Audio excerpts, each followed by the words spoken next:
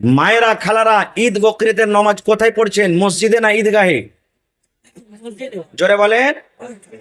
মসজিদে। কমিটির লোককে বলবো, এলাকার মানুষকে বলবো, মসজিদে পড়ার কোনো হাদিস নেই। যেমন আজকে ব্যবস্থা করছেন যে আমরা মসজিদকে বড় করব, মানুষের অসুবিধা, এই মতো ঈদগাহের ব্যবস্থা করতে হবে। যতদিন না হয়েছে পড়ছে আলাদা কথা, কিন্তু ব্যবস্থা করতে হবে যে মহিলাদের জন্য ঈদের নামাজের ব্যবস্থা করতে হবে। যেখানে পুরুষেরা নামাজ পড়বে ওখানে মহিলারা নামাজ পড়বে। পিছন দিকে পুরুষের দল, হ্যাঁ পিছন দিকে মহিলাদের দল, আগা দিকে পুরুষের কাতার থাকবে একই ময়দানে। আল্লাহ রাসূলের জামানাতে ঈদ কিংবা বকরিদের নামাজ পড়ার জন্য মহিলারাও গেছেন, পুরুষও গেছেন। পুরুষের কাতার আগা দিকে, মহিলাদের কাতার পিছের দিকে। আপনারা একটা কথা বলেন তো, ঈদ বকরিদের নামাজ আগে না খুতবা আগে? কথা বলেন, আর একটু জোরে করে বলেন। নামাজ আগে, আর জুমাতে খুতবা আগে। মহিলারা যদি পুরুষের আগা দিকে নামাজ পড়ে আর পুরুষেরা যদি পিছনে পড়ে, তো কার নামাজ হবে? কার হবে জি ভাই? পুরুষেরা পিছন দিকে আর মহিলারা আগা দিকে নামাজ পড়ছে, কার নামাজ হবে? কাহারির নামাজ হবে না। করবে এবার নবীজি আমার ঈদগাহের মাঠে ওয়াজ শুরু করে দিলেন। ঈদগাহের মাঠে নবীজি ওয়াজ নসিহত শুরু করে দিলেন।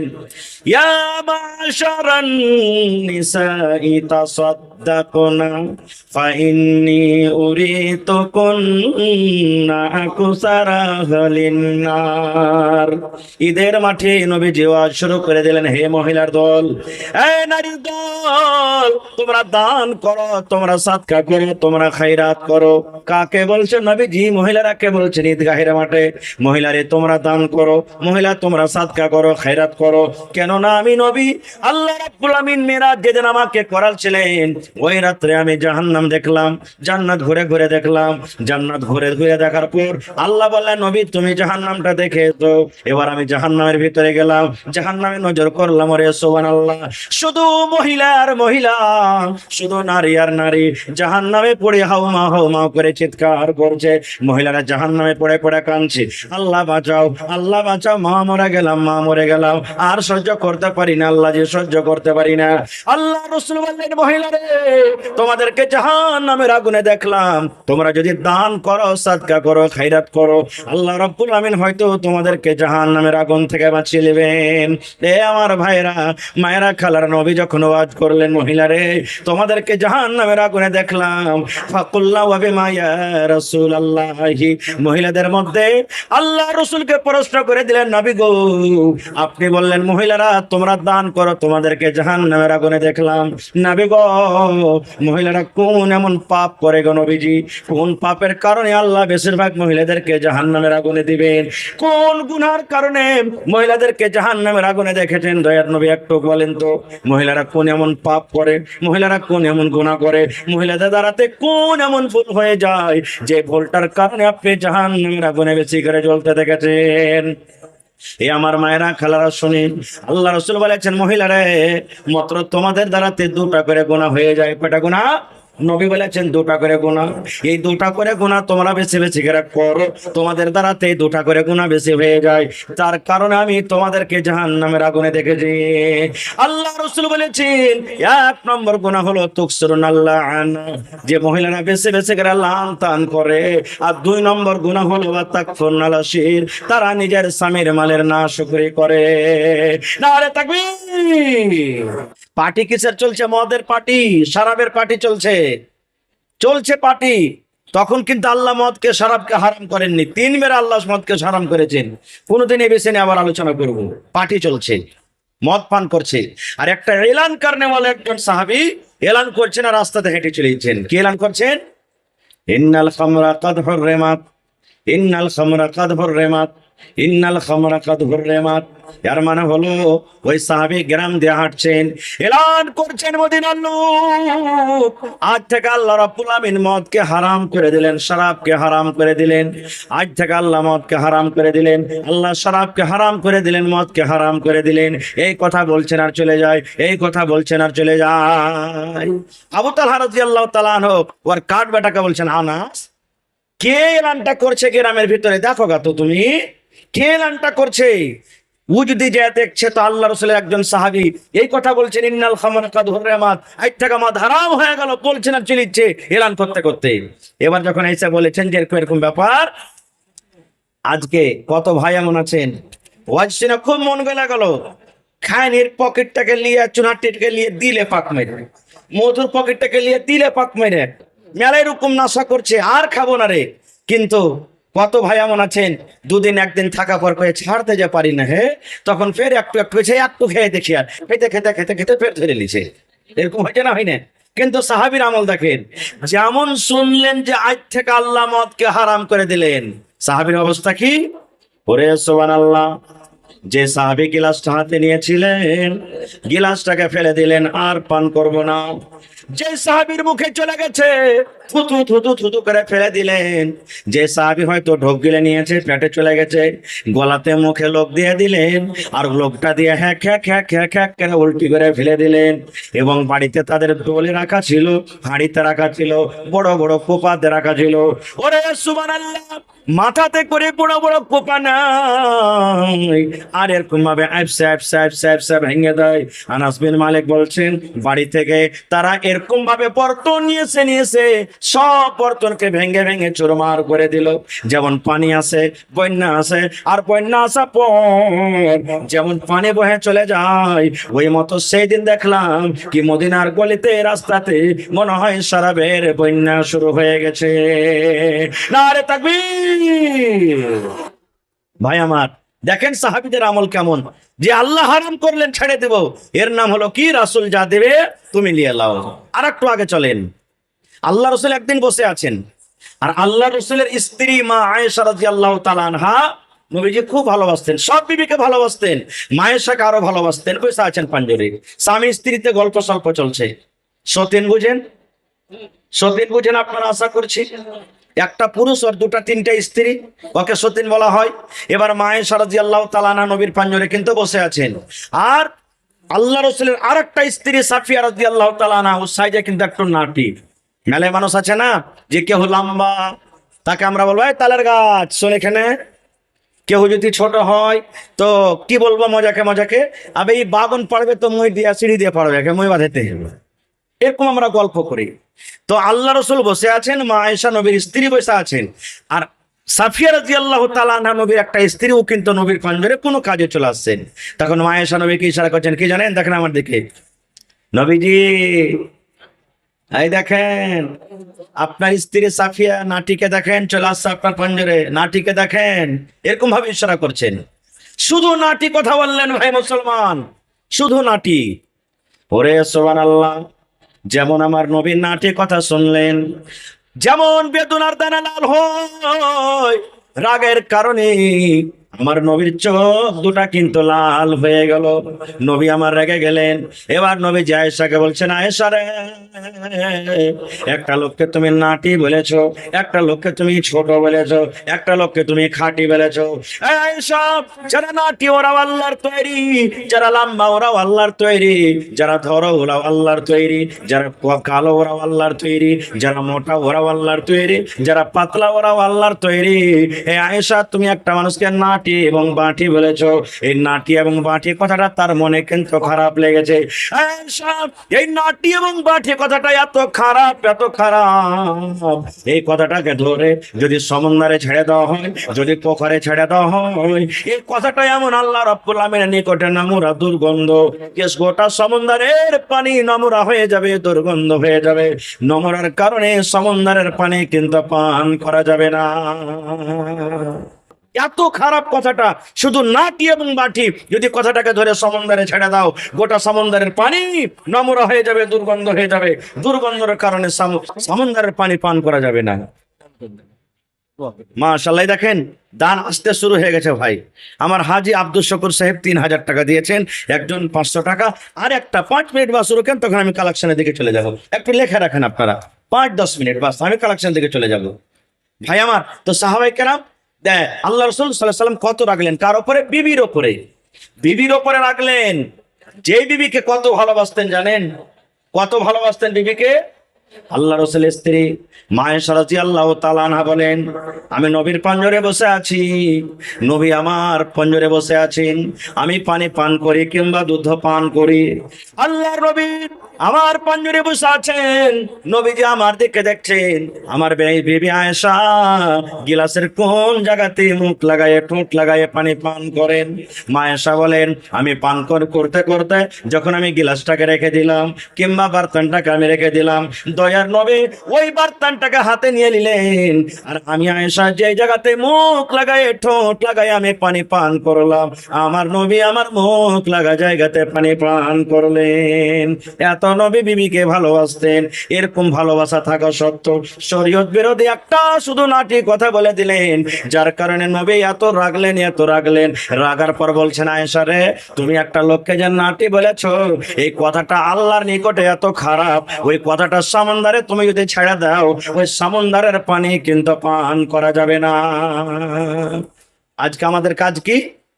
চায়ের দোকানে বসে গেছি, হবে ওই মুখিয়াটা যে কয়ে গেল এতটি কথা, ও তো এরকম ওরকম, অমুক হাজি হজ করেছে ঠিকই, কিন্তু ওর হজ মনে হয় ঠিক না। আরে অমুক মুলবি সাহেব মানুষ, আরে ওই মুলবির থেকে আমি ভালো আছি। এগুলা হয়েছে কি হয় না ভাই? বলেন, জোরে বলেন, হয়েছে কি হয় না? আমাদের অবস্থা কি হইতে পারে ভাই? কি অবস্থা হইতে পারে ভাই মুসলমান? বলার মেলায় কথা আছে। আর একটা হাদিসের কথা আপনাদের সামনে রাখি, যে সাহাবায়ে কেরাম কত নবীর কথা মানছেন। আজকে জালসা না আপনাদের এলাকাতে, এক নম্বর গুনাহ মহিলারা কি করে? নিজের স্বামীর নাশুকরি করে। স্বামীর নাশুকরি কাকে বলেন জানেন? আর দুই নম্বর গুনাহ লান্তান। লান্তান কাকে বলে? আমার ভাইয়েরাও কিন্তু লান্তান করে, মেলায় করে না? 3 দিন 4 দিন 5 দিন যদি ম্যাগ লেগে থেকে যায় খালি, আর যদি গরু ছাগল বাড়িতে থাকে তো কি বলবেন? নাউজুবিল্লাহ সুম্মা নাউজুবিল্লাহ। নিজের কানে শোনা কথা বলছে, কইছে হবে আল্লাহর কি পেট খারাপ হয়ে গেছে নাকি? আহা হা হা। মা খালারা যদি ধান গহাম খালি দিতে শুকিয়ে দেয় আর ম্যাগ পানিতে ভিজে যায়, তো কইলি পাটি লাগাম, এক দিন হইলো না, আজ যেটি ধান কোটা শুকাইতে দিয়েছে তো ম্যাগ এসে ভিজে গেল। হে আমার ভাইয়েরা মায়েরা খালারাও শোনেন, এটা হাদিসে কুদসি। আল্লাহ রাব্বুল আলামিন বলেন, দুনিয়ার মানুষে লা তাসাব্বু তাহার, খবরদার তোমরা জামানাকে গালি দিও না। আল্লাহ বলেন, আনা তাহারুন, আমি জামানা। আল্লাহ বলছেন, দুনিয়ার মানুষ আমার বিনা অর্ডার একটা গাছের পাতা পর্যন্ত হিলে না। তাই তোমরা যদি মেঘকে গালি দাও, আমি আল্লাহকে গালি দেওয়া হলো। রোদকে গালি দাও, আমি আল্লাহকে গালি দেওয়া হলো। তোমরা যদি বাতাসকে গালি দাও, আমি আল্লাহকে গালি দেওয়া হলো। আল্লাহ বলেন, বান্দা বান্দিরি খবরদার, খবরদার তোমরা জামানাকে গালি দিও না। 1 নম্বর গুনাহ মা খালারা করে লান্তান। 2 নম্বর নবী বলেছেন, নিজের স্বামীর মালের নাশুকরি করে। স্বামীর মালের নাশুকরি কেমন হয়? সহিহ হাদিস, কোনো গল্প কিসসা কাহিনী নয়। রাসূল বলেছেন কেমন করে নাশুকরি করে। ধরেন এই ঈদের সময় চলে এলো, বা কুটুম বাড়িতে যাবে, বা ভাইয়ের বিহা লাগবে, দেওয়ারের বিহা লাগবে, আর যদি আমার মায়েরা খালারা বলেন ওর নিজের স্বামীকে, হদলার বাপ কি হয়েছে রে?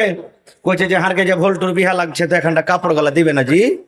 কইছে দিব রে দিব। বাজার গেছে, এই কাম ও কাম করতে করতে ভাই টাকা শেষ হয়ে গেছে, আর কিন্তু কাপড় কিনতে পাইনি। বাড়িতে এসে ঝোলা টোলা হেঁচড়ে হেঁচড়ে দেখছে তো সব আছে, কিন্তু ওর কাপড়ই নেই। বলছে, হাজি বদলার বাপ তোমাকে যে আমি কিছু কয়ে শুনো। বলছে কি রে? কই এখানটা যে তোমাকে শাড়ি আনতে বলে শুনো। বলছে, আরে শাড়ি তো আনতে বলেছিলে, কিন্তু টাকা শেষ হয়ে গেছে, লাও হয়নি। তখন কি বলবেন মা খালারা? শিয়াল মুখা কাহাকার, মুখ পোড়ার বাড়িতে এসে জীবনে কোনোদিন সুখ শান্তি পেল না। হ্যাঁ, এই কাঞ্জুস কিরপিনের বাড়িতে এসে আমি কোনোদিন সুখ শান্তি পেলাম না। আল্লাহ রাসূল বলেছেন, মহিলা তোমার স্বামী রোদে বাতাসে তোমার জন্য কত কষ্ট করেছে, আর কত রকম তোমাকে খাবার দিয়েছে। একদিন না পাওয়ার কারণে, একটা সামান না পাওয়ার কারণে তুমি সমস্ত নিয়ামতগুলিকে ভুলে গেলে। রাসূল বলেছেন, এটা হলো নাশুকরি। এই নাশুকরি করার কারণে তোমাদেরকে জাহান্নামের আগুনে দেখেছি। রাসূল বলছেন, দান করো।